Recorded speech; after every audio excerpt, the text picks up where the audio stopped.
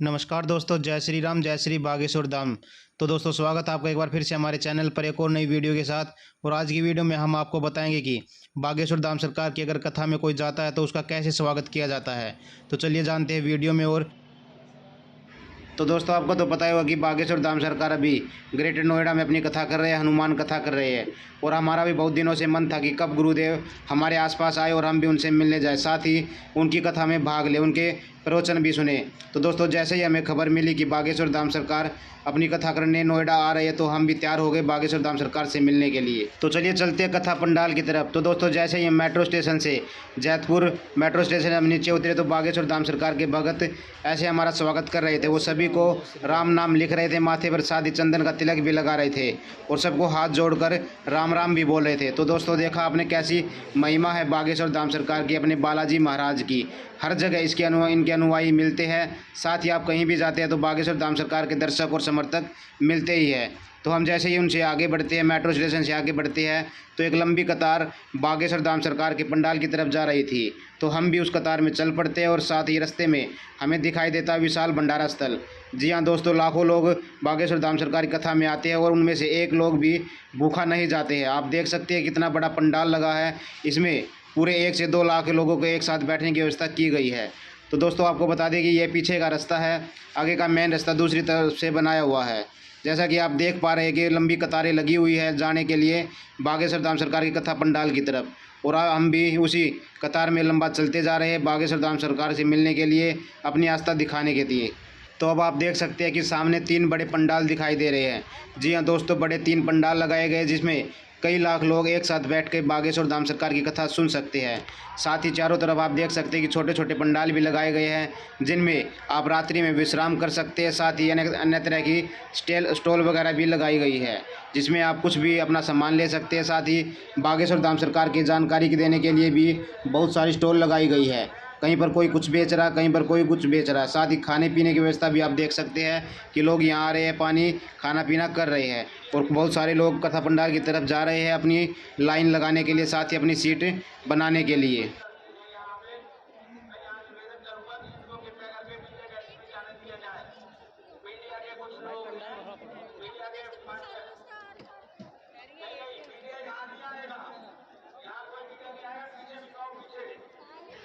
और आगे आप देख सकते हैं कि बागेश्वर धाम सरकार की जहाँ पर भी कथा चलती है, जहाँ पर भी कथा पंडाल लगता है, वहाँ पर हर तरह की सुविधाएं होती है, हर तरह के सामान मिलते हैं। आप देख सकते हैं कि एक व्यक्ति यहाँ पर अर्जी नारियल भी बेच रहा है। साथ ही वह 30 से 40 रुपये का इसका रेट बता रहा है। और अर्जी नारियल आप भी कोई भी ले सकता है, अपनी अर्जी बांध सकता है बागेश्वर धाम सरकार से मिलने के लिए। साथ ही बालाजी सरकार के दर्शन करने के लिए आप गड़ा के हनुमान भी जा सकते हैं, जहाँ पर बागेश्वर धाम सरकार का दिव्य दरबार भी लगता है।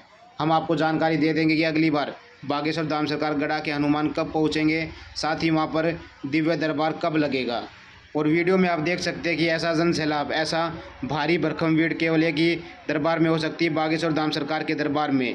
जी हाँ दोस्तों, इनके इतने समर्थक हैं, इतने, क्योंकि ये बातें ही ऐसे करती है। अपने देश धर्म और अपनी संस्था, अपनी भगवान के प्रति इनकी आस्था, बालाजी महाराज के प्रति इनकी आस्था देखने को ही बनती है।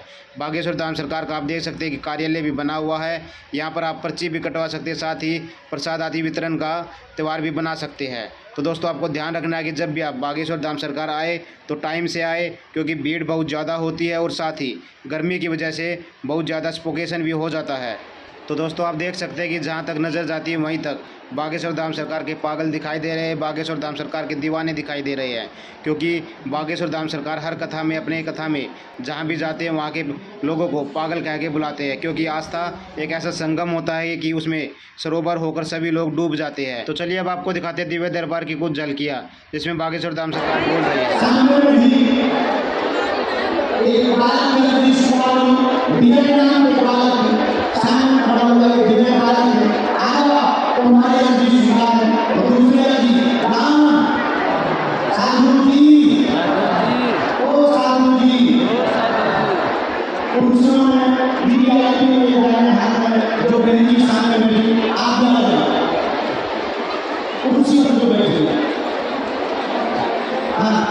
तो दोस्तों, देखा आपने बागेश्वर धाम सरकार के दिव्य दरबार की कुछ झलकियाँ जिनमें बागेश्वर धाम सरकार एक व्यक्ति को बुला रहे हैं, उनकी अर्जी पूरी हो चुकी थी। तो उसके बाद देखिए आस्था का कैसा बड़ा संगम है कि बागेश्वर धाम सरकार की कथा में कैसे कैसे लोग आते हैं, जिनको चलने की हिम्मत नहीं होती वे भी बागेश्वर धाम सरकार की कथा में आकर चलने लगते हैं। तो चलिए अब आपको दिखाते हैं कलश यात्रा में यूज हुए कलशों के साथ क्या होता है और कहाँ उनको रखा जाता है। तो आपको बता दें कि पंडाल के पास ही बागेश्वर धाम सरकार की कथा जहाँ होती है उसके पास ही कलशों को रखा हुआ है। लेकिन बागेश्वर धाम सरकार कहते हैं कि पंडाल में अंदर ही जहाँ पर वे विराजमान होते हैं उनके पास ही एक स्टेज बनाई जाती है और उसमें सभी कलशों को रखा जाता है। उसके बाद इनके नारियलों का क्या होता है, नारियल को फोड़कर इनका प्रसाद वितरण में प्रसाद बांटा जाता है और जल से जलाभिषेक किया जाता है। तो दोस्तों आप लोग देख सकते हैं कि कथा पंडाल 3 बने हुए हैं, लेकिन लोग कितने सारे हैं। चारों तरफ लोगों की भरमार हो गई है और साथ ही गर्मी को भी नहीं देख रहे हैं, लेकिन बागेश्वर धाम सरकार की कथा सुनने के लिए बहुत सारे लोग आए हुए हैं। तीनों पंडाल खचाखच भरे हुए हैं। जहाँ पर आंखें जाती है, नज़र जाती है जहाँ तक, वहीं बागेश्वर धाम सरकार के दीवाने दिखाई देते हैं। जहाँ पर आप देख सकते हैं कि बागेश्वर धाम सरकार के पंडाल के बाहर हर तरह की सुविधाओं की व्यवस्था की गई है। पुलिस बल भारी मात्रा में तैनात किया हुआ है। साथ ही अग्निशमन की गाड़ियां भी वहां पर खड़ी हुई है। साथ ही पुलिस वाले भी बहुत सारे खड़े हुए ताकि कोई अनैतिक घटना ना हो। और इसी प्रकार अगर कोई वैसी घटना होती है तो उसको रोकने के लिए अग्निशमन की गाड़ी भी खड़ी हुई है।